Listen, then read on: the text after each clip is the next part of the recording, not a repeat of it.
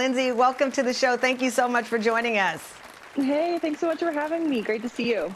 Absolutely. All right, so congratulations in order. We're just, 2 weeks now from the start of the Winter Olympics, and you had breaking news, hot off the press. You will now be an NBC correspondent.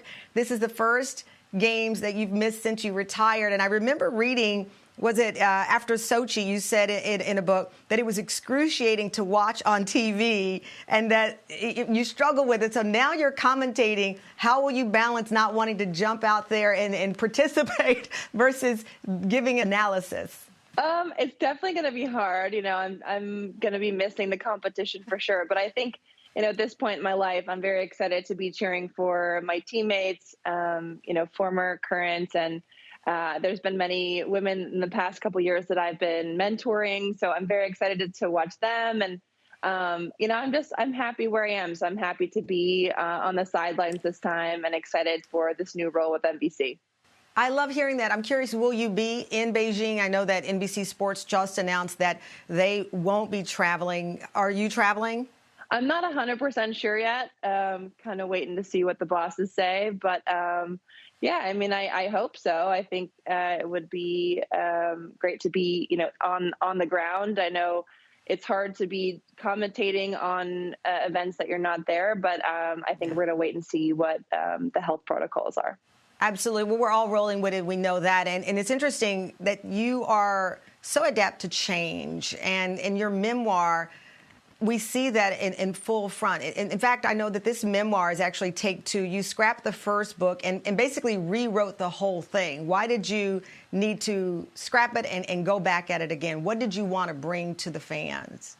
Well, I wanted to have an inspiring book, wanted it to be positive and uplifting and, how I've overcome adversities and helping others overcome their own adversities. But when I wrote the first book, I was in just a different state of mind. I was, fresh off retirement. And I think I was sad and still a little bit resentful that I wasn't able to continue my career. And so I didn't like what the book was, and it wasn't what I wanted it to be. And of course, when you write a book, it lasts forever. So I didn't want it to come out unless it was perfect. Yeah. So I scrapped it, I rewrote it, and I think it's great now. I love that you did that. You know, what's so fascinating to me, you were a child prodigy, 9 years old, already telling your dad that you were going to be the greatest skier in the world. What I've always been fascinated with your journey is after you became the greatest, Lindsey, people still continue to count you out. And that's a part of this show, Don't Count Me Out. You wrote in your book about 2010 Vancouver Olympics. You were the American gold medal favorite, and the press attention on you was intense. And you wrote, the media was pinning me to be the next Michael Phelps. And you lived up to that and exceeded it in many ways. But people continue to count you out. What do you believe is at the heart of that now, especially writing the memoir and reliving it all? I've had it through the course of my entire career, not just during the Olympics in 2010. And I'm not entirely sure why that always was the case. But to be honest, it really fueled me. Every time someone wrote something bad about me or said something bad about me, I remembered it. Several instances in particular, which I wrote about in my book. But it fueled me, and I like proving people wrong. No matter how successful I became, people always wanted to tear me down. I think that's just something that comes naturally with sports. People have their opinions and they want to see you succeed, but then they also want to see you fail. And so it's our job to be able to overcome that pressure and the negative talk and be able to rise above it and still win. And so I was thankful that, again, I was able to turn that negativity into something positive and prove everybody wrong. Lindsey, in the book, you write that the quote, the biggest worry I've ever had is that I'm not good enough. I think, again, when people hear Lindsey Vonn say that, that really hits your soul because it is something that I think many of us can relate to. You also went on to say, whenever I stood still for long enough to listen, the fear of failure was never far away. As a champion, how did you beat back those negative voices? I felt like the harder that I worked, the more I could silence those thoughts in my head. And, I think that feeling was also more on a personal level than it was necessarily always on a professional level. And I felt like at a certain point in my career, I established myself, and I felt more confident in that. But I also, felt those feelings again outside of skiing, which were a lot more difficult to deal with. Yeah, I mean, it's almost, I have to tell you, I don't like to make Beyonce references all the time. I feel like everyone does it, but it's like the Sasha Fierce where she said there was a performer on stage, but then away from that, you have this dual personality. So, we're watching you ski and like everyone else, I'm screaming, Lindsey, I mean, look at this. This is incredible. But then you would go home and there was another Lindsey, and you wrote about, in fact, in the summer of 2002, you were just 17. You learned your parents were divorcing. Again, another relatable thing for so many people, because that then becomes your core, right? The core that's been your foundation is now ended. In addition to that, you say you started to see these symptoms of depression. You wrote, I was in a dark hole and I started to isolate. It's so relevant now, Lindsey, that you were 17 and feeling that, looking at the pandemic and how it's affected teenagers around the world, and us talking so much more about depression in those early years. And you were experiencing that.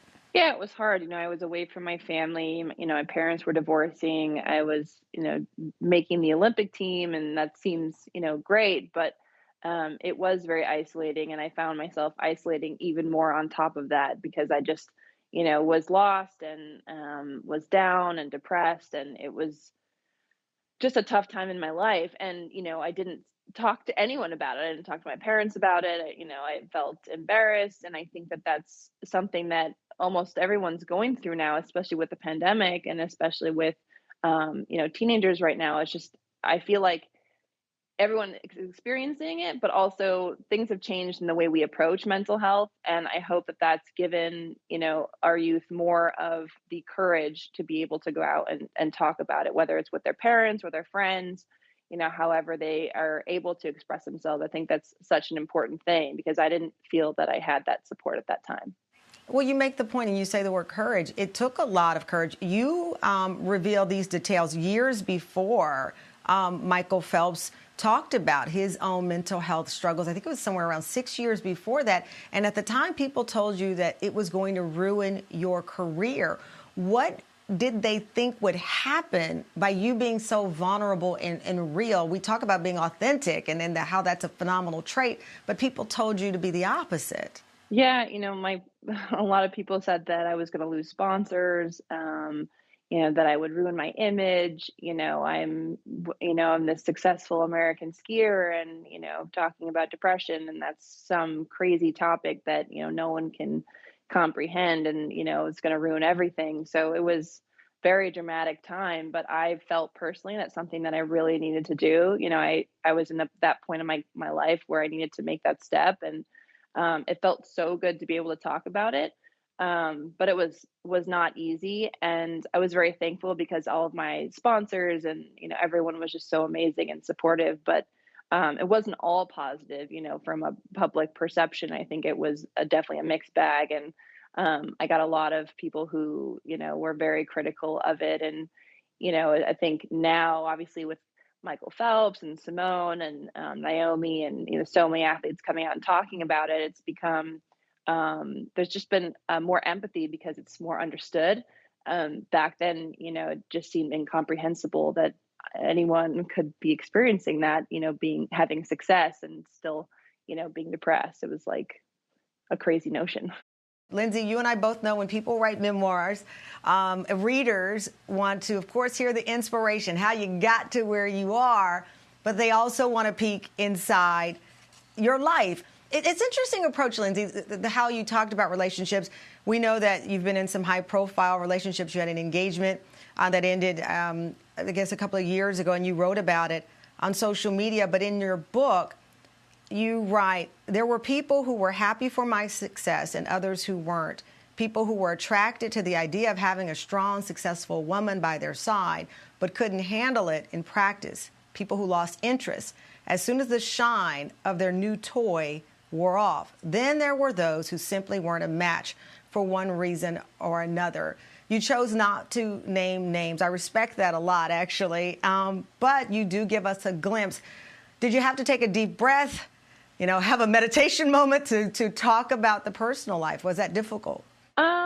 I mean, it was and it wasn't. I think that, when I was writing that part of the book, I was in a really great place and I was able to reflect, as a whole, on my past and actually think about, what I want and what I need and how I've changed as a person. And again, the book, I wanted it to be inspiring and, share my lessons. The last thing I want is to write a gossip book. So I try to do it in a way that could, again, share insight and help others, but not to the point of, I don't really want to share much else about it. I'm curious because you did have the Instagram post about the engagement ending. Have you decided or has it changed whether or not you will go public with relationships? We like the term Instagram or social media official these days. Has having high profile relationships and this world of social media impacted whether or not you will go public with your relationships in the future? Definitely. I think if there's one thing I've learned is that, there's some things that need to be kept private. And that is going to be how I approach my future relationships is, to keep things to myself because, I've always been of the mind that this is me. I'm, sharing my life. I have nothing to hide.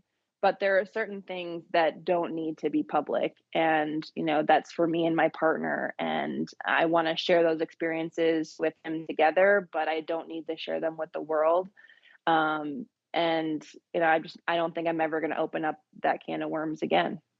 Wow. I know that before I let you go, your next chapter is now being a sports commentator for the upcoming games in Beijing, but you're working on this project, executive producer of a documentary about your childhood idol, Olympian and alpine skier Peekaboo Street. I love that you are just completed this. Why do you want this to be a part of that next chapter for you?